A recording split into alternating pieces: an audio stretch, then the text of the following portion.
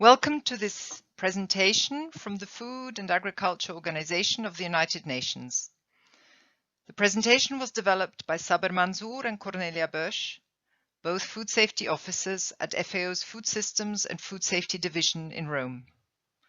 We are both very happy to be here with you virtually and hope that this brief presentation will encourage the continuation of our collaboration in the Near East and North African region. Our talk will emphasize the following 4 points. Encourage countries to benefit optimally from Codex mechanisms. Present how FAO supports the building of food control mechanisms at national and regional level. Remind about the Codex Trust Fund and how this aims to enhance engagement in Codex. Illustrate how FAO is providing support to a regional trade facilitation program. Let us start with the Codex mechanisms. In 2019, a survey of the major emerging food safety and quality issues as perceived by countries was conducted in the Near East and North African region.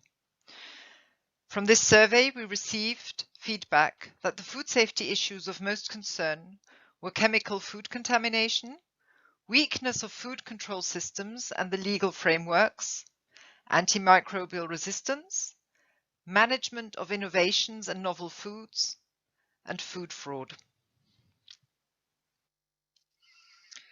In addition to asking about main food safety and quality challenges, the survey requested countries to share where they experienced difficulties in using Codex standards.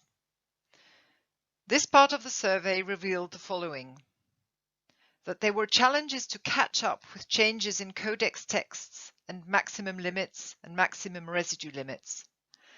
Tied up with this, it was explained that national implementation processes cannot adopt these MRLs in a timely manner, and there further were lack of resources, specifically in knowledge, to quickly follow new standards. There further exists a lack of awareness of Codex provisions by national stakeholders and low levels of capacity to implement these. This might be due to the fact that many Codex publications exist in languages other than Arabic, thus considerably limiting the outreach to Codex mechanisms and updates. FAO is aware of these challenges that countries face.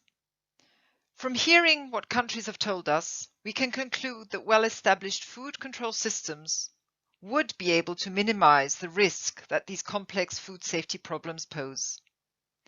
If, however, control systems are not established, then systemic risks remain a constant threat, and the adoption of Codex provisions appears like an unachievable goal.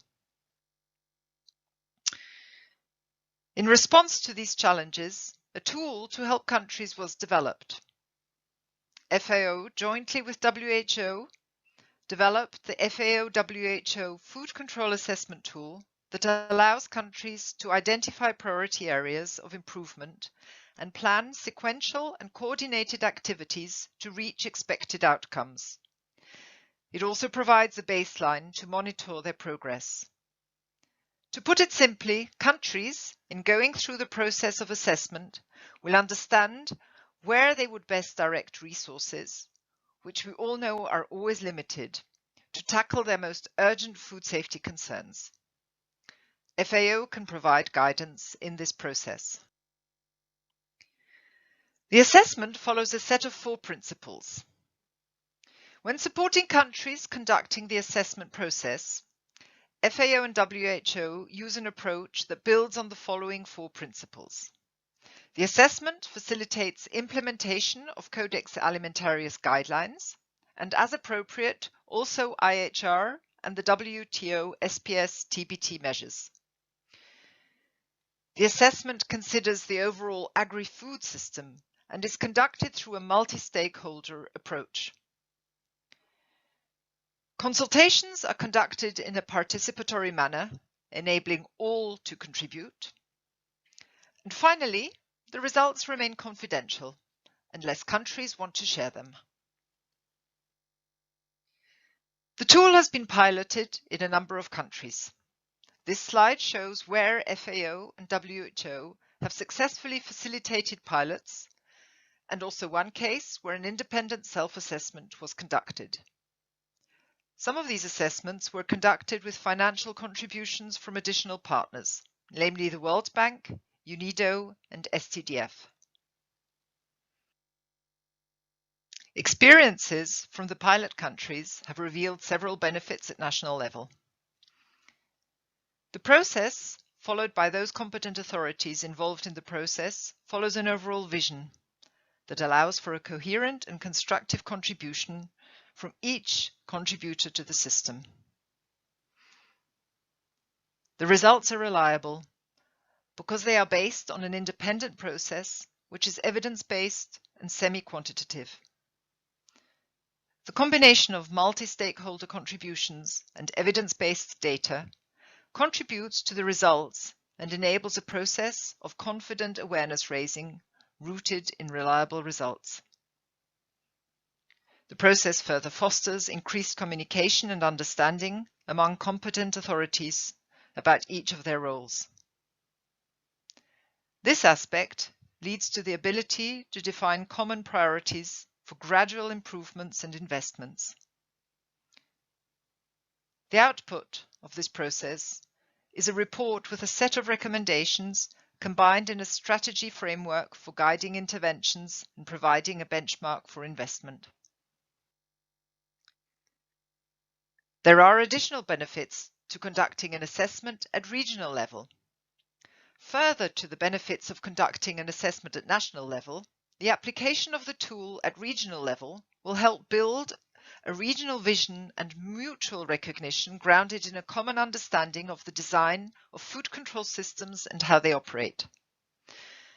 Because the tool is anchored in Codex principles of internationally recognized good practices, the results of the process can all reference one single instrument and will facilitate the implementation of food control activities harmonized with Codex standards, principles, and guidelines.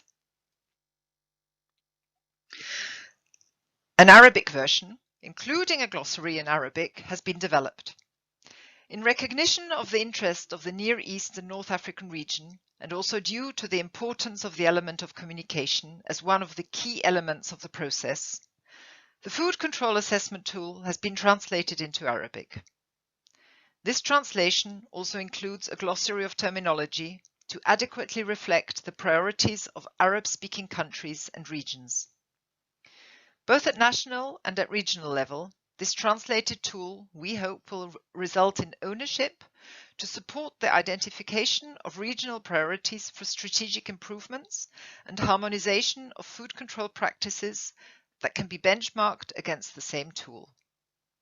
Ultimately, and if desired, this would support a more fluid discussion between countries as they would use the same technical references and the same wording.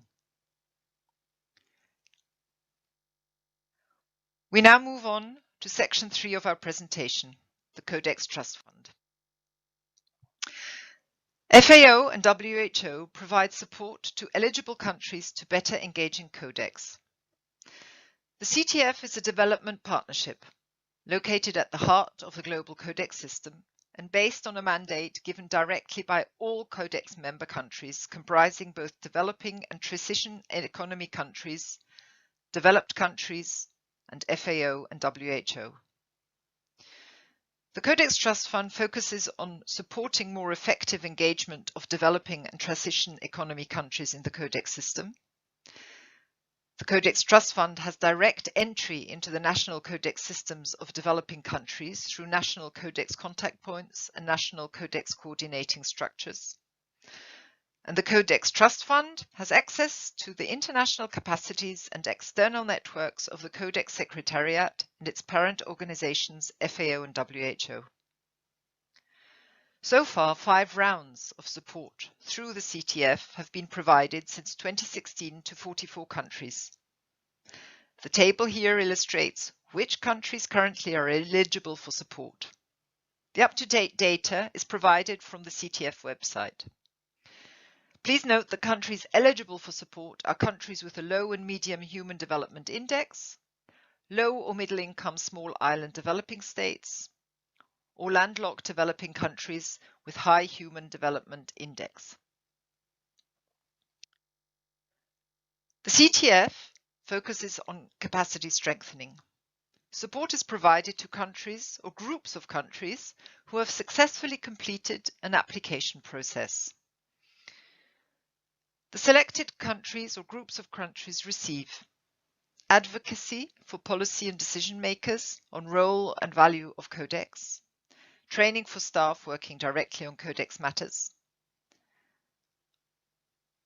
building capacity on how to participate effectively in Codex work, Codex coaching, which implies working with a coach with recognized expertise in a specific Codex area before, during, and after sessions of a specific Codex committee to help build understanding of and improve capacity to participate effectively in both the committee in question as well as in any future standard setting process.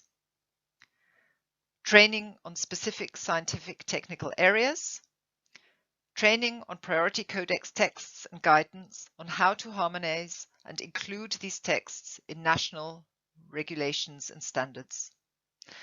The overall goal of these activities is to support the building of structures within a country to strengthen Codex capacities among all relevant competent authorities.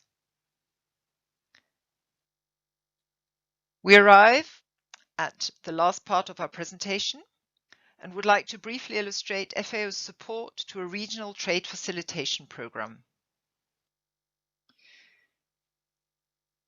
FAO is contributing to the COMESA Trade Facilitation Program.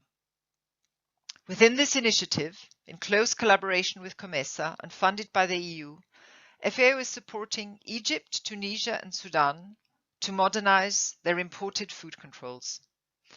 The work is based on the guidelines described in the depicted FAO risk-based imported food control manual, which reflects Codex principles.